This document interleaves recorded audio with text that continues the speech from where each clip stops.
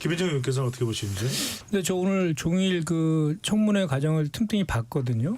성실하게 정말 답변을 했어요. 그리고 대부분의 의혹에 대해서도 그 소명이 전 되었다고 좀 보여지거든요. 좀 전에 말씀을 우리 홍 의원께서 말씀하셨는데 증인이 없다 그러는데 증인도 나왔죠. 네. 증인도 나오고 그다음에 이제 그 보좌관에 대한 갑질 얘기를 하시는데 주로 5년 동안 이제 46명을 면직했다라는데 실제로는 28명이 아니라 27명이라고 본인이 이제 말씀을 했고 그다음에 거기에는 그 승진이라든지 전적이라든지 또는 그 21대에서 22대로 바뀌는 과정에서 면직 처리하고 다시 채용하는 그런 것까지 다 합친 거라는 거 아닙니까? 그리고 21대의 통계를 보니까 1년에 평균 6.8명이 교체됐다고 합니다. 그렇게 따지면 1년에 7명 정도가 평균 바뀌었다고 치면은 5년이면 35명 아닙니까? 그러니까 평균치로 보더라도 27명이 과도한 건 아니다라는 거고요. 그래서 보좌관 갑질에 대해서는 그럼에도 불구하고 이런 문제가 생긴 거에 대해서는 본인의 부덕에 소치라면서 사과도 했습니다. 네. 그래서 그 갑질과 관련된 것들은 서로의 주장이 서로 상이한 부분이잖아요. 그럼에도 불구하고 사과까지 했다라는 점에서 그 정도 그런 좀 넘어가도 되지 않을까라는 생각이 들고 또 하나는 이제 각종 의혹들이 그 재산 그러니까 좀 이장 전입 문제가 있는데 이장 전입도 그런 겁니까? 지금 그 자녀가 발달 장애인이에요. 그래서 발달 장애인 종로에서 그 살았었는데 본인이 이제 강서구에 공천을 받으면서 강서구로 이사했다는 거 아닙니까? 그러니까 강서구에는 주민등록상의 주소지는 강서구에 있는데 발달 장애인 자녀들은 이사 가는 걸 대단히 두려워한다고 하잖아요. 그래서 종전에 살던 종로구에 아버지랑 같이 거기에 실제로 거주를 한 거예요.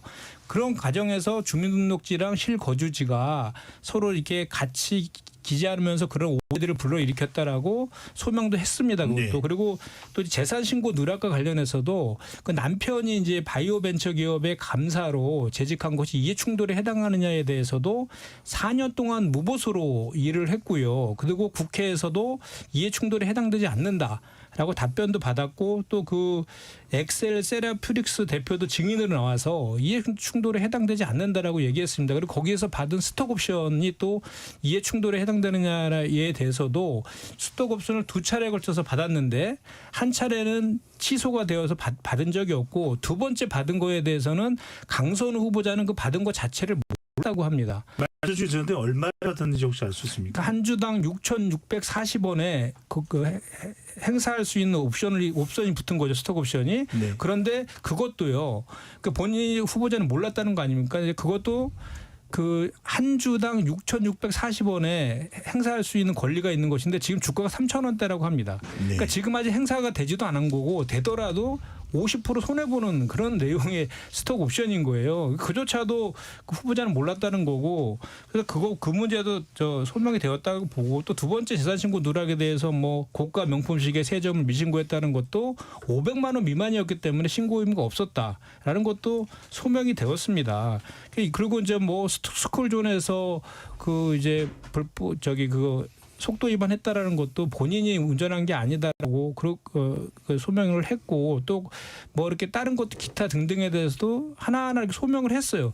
했는데 제가 좀 아쉬웠던 건 뭐냐면 국민의힘 의원들이 똑같은 내용을 재차 계속 그것만 반복적으로 질문을 하더라고요. 질문을 하는데 소명을 했는데 더 이상 소명할 게 없는데도 불구하고 계속 그렇게 똑같은 내용으로 중복적으로 이렇게 질의하는 건 좀 아쉬움이 있었고 결국은 그 인사청문회라는 것이 이제 조속하게 인준을 해줘서 국정을 운영하는 데 도움이 될 것이냐 또는 그 자질과 능력, 도덕성 면에서 흥결해서 하면 안 되느냐에 대한 판단 기준이 결국은 국민의 눈높이가 아닌가 싶고 알겠습니다. 그 선에서 판단이 될 것이다 저는 생각합니다. 김현정 의원에게 한 가지 사실만 좀 확인을 하고 조기현 부위원장으로 가겠습니다. 아까 말씀하신 1년에 7번 보좌진이 바뀌었다라는 것은 국회 전체를 말씀하시는 거지 그 평균은 개인의 평균은 아닌 거죠. 국회에 있는 300명의 국회의원들의 1년 평균이 6.8명이라고 기사에 났습니다.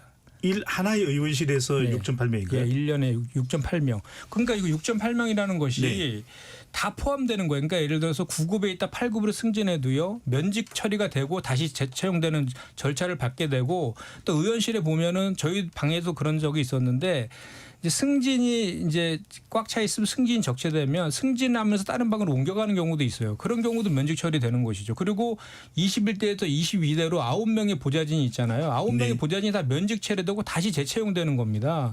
그런 것까지 다 따지고 보면 평균 그 정도 나온다라고 기사에 알겠습니다. 났다는 거죠. 덧붙여야 되는데 네. 우리 홍 전 의원님이 아까 자료로 뭐 이렇게 3배 이상 많다는 거 무슨 자료를 근거로 했는지 말씀해 주시면 좋겠고 네, 언론 제가 자료. 본 거는 네. 더 팩트에서 2023년 5월 23일자 기사에서 국회 사무처로부터 정보공개 청구를 통해서 받은 보좌진 임명 현황 자료에 그렇게 나와 있습니다. 6.8명으로. 그래서 전 근거를 가지고 얘기했다는 말씀을 드리고요. 그리고 저는 저기 보좌관에 대한 갑질 의혹에 대해서 그게 잘했다라고 얘기하는 게 아닙니다. 그거에 대해서 본인이 그동안에 그 받았던 의혹에 대해서 설명을 할 수 있는 최선을 다해서 했다라는 것이고 그럼에도 불구하고 그거로 인해서 마음의 상처를 받았을 보좌진에 대해서는 분명하게 자기의 부덕의 소치를 하고 사과까지 했다라는 네. 말씀을 제가 드린 것이고요. 또 하나는 국민의힘에서 그럴 그 갑질에 대해서 이렇게 지적할 자격이 있는지 좀 반문하지 않을 수 없습니다. 왜냐하면 그 송원석 원내대표가 과거에 그 당직자 발로 막 수차례 폭행해가지고 발로 차고를 해서 그 지적받았고 탈당까지 했다 복당했던 분 아닙니까?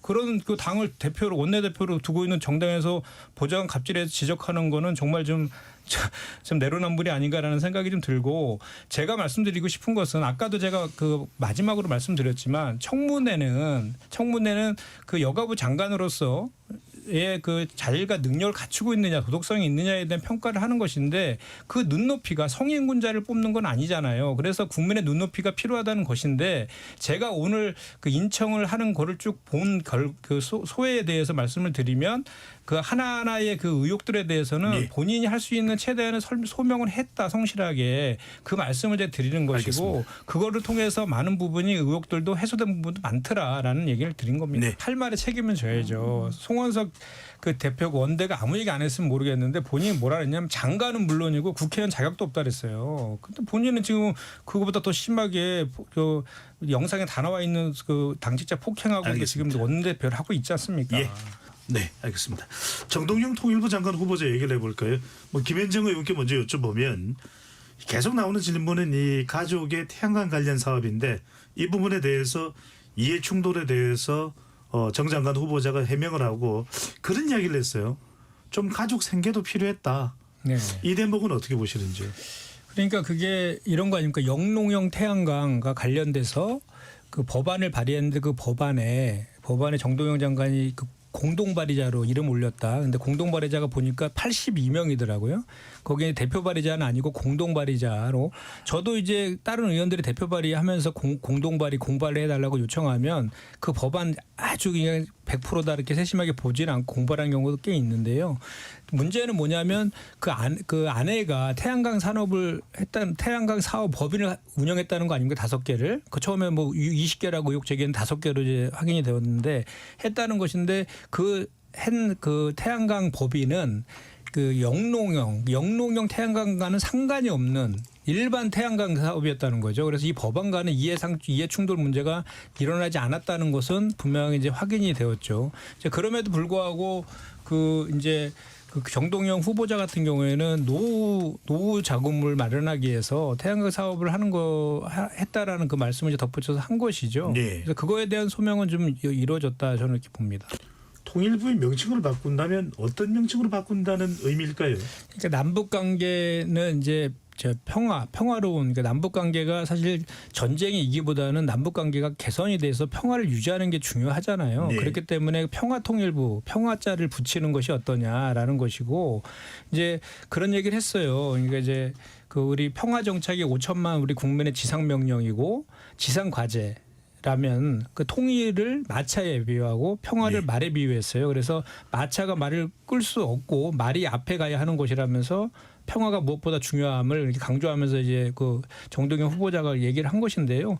지난 3년 6개월 동안에 정말 남북 관계 다 망가졌잖아요. 그런 한반도의 평화를 극복하기 위해서 그런 노력의 일환으로 명칭부터 해서 이렇게 어떤 메시지를 주는 것도 저는 뭐 나쁜 건 아니라고 보고 그 방향성에 대해서는 저도 동의를 합니다. 그리고 아까 의혹과 관련해서는 사과할 부분은 사과를 했어요. 그런데 이제 그 과정에서 그 후보자 검증한다고 그 국민의힘의 보좌진 3명이 그 배우자 혼자 있는 집에 들어가서 그 사진 촬영하는 거 CCTV에 또 찍혀갖고 그 불법적인 그런 그 요소인 것도 확인이 되었잖아요. 그런 것도 너무 과도하다라는 말씀을 드리지 않을 수 없습니다. 무슨 이야기입니까? 조금 전 이야기가.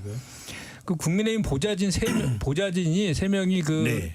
이제 그 사진을 찍는다고 현장에 그 배우자 혼자 있는 자택의 마당에 들어가서 사진을 찍는 것이 CCTV에 찍혔다고 합니다. 정동영 후보자의 배우자가 있는 집을 말씀하시는 거죠? 네. 그러니까 오늘 그 후보자들 중에서 그래도 정말 뭐 이렇게 망신주기, 흠집내기 이런 거 말고 그 자질과 전문성에 대한 질의 위주로 그 진행된 유일한 후보였다고 저는 생각을 했거든요. 그래서 이제 주로 얘기된 것들이 이제 해수부의 부산 이전이라든지 북극 항로 개척이라든지 또는 그 해양수산부잖아요. 수산 부분에 그 복수 차관제를 도입할 필요성이 있다. 뭐 이런 등등의 질문들로 잘 나가다가 갑자기 해수부 이전이 내년에 부산시장 선거 나가려고 하느냐 이렇게 또 정쟁화로 몰고 가더라고요. 근데 사실 그거는 이재명 대통령의 공약이었잖아요. 공약이었고 제 기억으로도 의총할 때 이재명 대표가 뭐 간다며 해서 그거를 딱 얘기하는 바람에 장관 후보로 지명된 다음에 그 전재수 의원께서 앞에 나오셔가지고 그 얘기를 자기도 지금 들었다 이렇게 했던 그 기억이 지금 저도 나거든요. 그래서 사실 해수부의 부산 이전은 부산에 계신 모든 시민들한테 도움이 되는 것 아니겠습니까? 도움이 되는 것이고 그래서 그런 것들은 여야 할 것 없이 우리가 해양 강국과 지방 균형 발전 차원에서 같이 힘을 합치는 것이 옳은 방향 아닌가 싶습니다. 네. 김 의원님 방금 전에 이제 정광재 대변인이 전재수 해수부 장관 후보자가 낙선 시절에 어딘가로부터 급여를 받았다. 그 부분은 충분히 해명이 된 겁니까? 제가 아까 봤을 때는 그거 관련해서 그 의혹 제기하면서 이렇게 소명하는 그런 과정을 제가 보지는 못했습니다. 네. 제가 한마디 예. 김현정 의원께 그냥 짧게 한 말씀 드리겠습니다.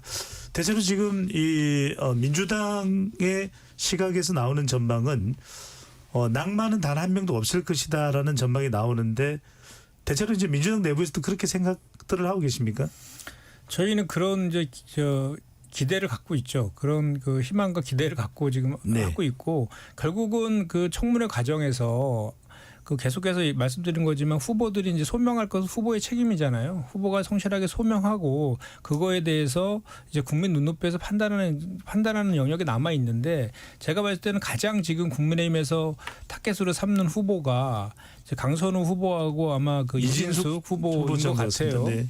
그 두 후보에 대해서 이제 지금 오늘 이제 강선우 후보를 그 인청을 이렇게 쭉 보니까 그 관련돼서 제가 봤을 땐 그래도 이렇게 잘 소명하고 있다라고 저는 판단을 했고 이진숙 후보자에 대해서는 지켜봐야 할 문제이지만 그 이공계의 그 논문 표절과 관련해서도 뭐 다 본인이 그 설명한 그런 내용들이 있거든요. 그거에 대해서 청문회 과정에서 어느 정도 확인이 되는지를 보고 판단하면 될 것 같습니다. 그런데 그 지금까지 소명한 내용으로 보면 그것도 큰 문제가 될 것 같지는 않다 이런 생각입니다.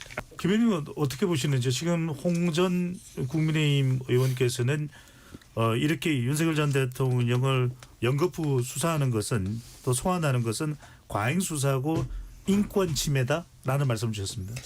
저는 지금 그 윤석열 전 대통령이 지지층 결집용 호소를 통한 동정 마케팅을 좀 하고 있다고 저는 생각합니다. 그러면서 시간 끌기 하고 있는 것인데 뭐 구체적인 뭐 증거도 없이 뭐를 인권을 침해했다는 것인지 저는 이해가 되지 않아요. 어떤 무슨 인권 침해 프레임을 자꾸 걸어서 그럼 법무부가 지금 교정 당국이 인권 탄압을 하고 있다는 것인지도 이해가 되지 않고 수사 과정에서의 인권 침해를 그거는 얘기할 수가 없는 것이죠. 지금 그 불법 그 비상계엄과 내란으로 인해서 전 국민에게 그 상처를 준 그런 내란 속의 우두머리에 대해서 그리고 지금 그 교정 당국에서 그 어떤 그 인권을 침해한 게 있습니까? 약 처방도 다 해줬다라고 하고 운동 시간도 줬다라고 하고 그것도 그 자꾸 그런 거에 대해서 그냥 막무 구체적인 그 자료나 근거도 없이 그냥 인권 침해 당했다라고 이렇게 이야기를 하니까 또 그런 거를 명확하게 하기 위해서 법무부에서 정말 이례적으로 구체적인 자료와 그 법령 근거까지 제시하면서 하나하나 지금 따박따박 지금 반박하고 있는 거잖아요. 그렇지 않으면 계속해서 이런 것이 확대 재생산시킬 염려가 있기 때문에 그런 것인데 저는 정말 이제라도 윤석열 그 내란 수괴가 이렇게 하면 안 된다고 생각합니다. 그 전직 대통령으로서 마지막 국민에 대한 예우 차원에서라도 아니 지금 그 구속까지 된 마당에 거기서 지금 저기 조사에 응하지 않고 강제 구인 절차도 다 이렇게 버티면서 하면 도대체 어떻게 하겠다는 것입니까? 이것은 아니 그리고 이게 그렇게 버틴다 해서 될 문제입니까? 이거 그 교정 당국에 대한 그 인치에 대한 그 공문으로 지휘하는 것도 한두 번이지 그 다음부터는 강제로 동원해서 분명히 끌고 나올 수도 있는데 그런 것을 아마도 연출해서 그 극렬 지지자들에게 호소하려고 하는 그런 거 아닌가 저는 그렇게 봐져요. 예. 의원께 여쭤볼 건 아닙니다만 그래도 또 한번 의견을 듣는다면 김현정 의원이 보시기에 지금 국민의힘의 제1순위 혁신 과제는 뭐라고 보시는지요? 인적 쇄신이죠. 혁신하면 무조건 인적 쇄신으로 기결될 수밖에 없거든요. 그러니까 비록 실패했지만 인유한 혁신이 때도요. 예. 여섯 개의 혁신 과제를 도출했는데 가장 중요한 으뜸이었던 것이 그거였지 않습니까? 지도부랑 중진 의원 그리고 친윤 의원들의 불출마와 험지 출마였잖아요.